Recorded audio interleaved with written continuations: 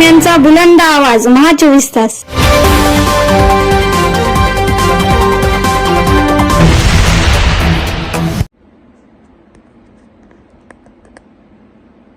त्या हरामखोर लक्ष्मण हाके, तुझी लायकी नाही छत्रपतींबद्दल बोलायची. का तुला भेटायला आले ना राजे, तर तू सरकारचे पैसे घेऊन त्या ठिकाणी आंदोलनाला बसलेला आहेस. कारण का तू मागचे तिन्ही आंदोलन हे सरकारचे पैसे घेऊन केले आहेस. तुझ्यासारख्या नीच व्यक्तीला भेट द्यायला छत्रपती काला येतील. कारण का तुझी लायकी काय त्यांना माहिती आहे. आणि तू संभाजीराजेंना राजे म्हणायची तुझी गरज नाही, अख्खा जग राजे म्हणते. आणि तू जे विशालगडाचा विषय घेतला ना हरामखोरा, विशालगडाच्या विषयात तू स्वतः बघ.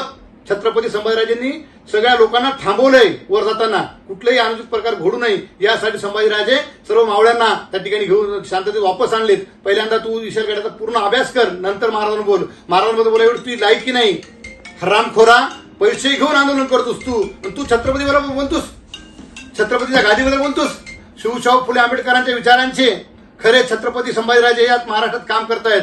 आज मनोज पाटील यांना भेटायला काय गेले? आजच नाही गेले तर मागच्या 2 वर्षापासून देखील संभाजीराजे हे मनोज पाटील रांगेच्या साष्टी पिंपळगाव आंदोलनापासून त्याच्या सोबत आहेत. आणि परवा जे गेल्या वर्षी ऑगस्टमध्ये हल्ला झाला त्याच्या दुसऱ्या दिवशी सर्वात पहिलं जर कोणी पोहोचला असेल तर छत्रपती संभाजीराजे गेलेत. आणि आधी मनोज पाटील यांच्या तब्येतीची काळजी आणि तब्येतीची विचारपूस करण्यासाठी गेलते. छत्रपती सर्व जाती धर्मातील लोकांसोबत आहेत. तू जरा अहिल्यादेवी होळकरांचा, तू जरा मल्हाररावांचा इतिहास वाच, इतिहास घे की त्यांनी स्वराज्यासाठी अख्खं आयुष्य घातलं. आणि तू मराठा आणि ओबीसी मध्ये वाद लावण्याचा प्रयत्न करतोस. हरामखोर दलाला याद राख, तुला येत्या 2 ते 4 तू जर गोऱ्या बिस्तर गुंडाळा गेले स्वराज्याच्या मावळे तर नाव बदलून ठेवतो. कारण का पैसे घेऊन तू आंदोलन करतोस आणि मराठा आणि ओबीसी मध्ये वाद लावतोस. तू त्या छगन भुजबळ आणि धनंजय मुंडेच्या पैशावर जोर मारतोस ना. तुझ्या पाठीशी किती दिवस राहतात बघतोय आम्ही. कारण का आम्हाला तळागाळातील लोकांना हे सर्व जाती धर्माला घेऊन चालणारे छत्रपती संभाजीराजे आहेत आणि सर्व मराठा समाज आहे. काल आम्ही बुद्रुक कंधार तालुक्यातील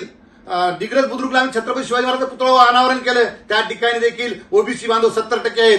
आणि त्या ठिकाणी देखील ओबीसी आमदार जाधव आम्ही पुतळा ओपनिंग केला. याचा अर्थ आम्ही सांगतोय आणि महाराष्ट्र बघतोय की मराठा समाज हे सर्व जाती धर्मातील लोकांना छोटा भाऊ म्हणून सोबत अवगते, मोठा भाऊ म्हणून सोबत अवगते. आणि तुझ्यासारखे हरामखोर लोक पैसे घेऊन छत्रपतीमध्ये बोलतात. तू लायकी काय चेक कर. वडापाव खो आंदोलन करणार तू हरामखोर. तुला चेतावणी आहे.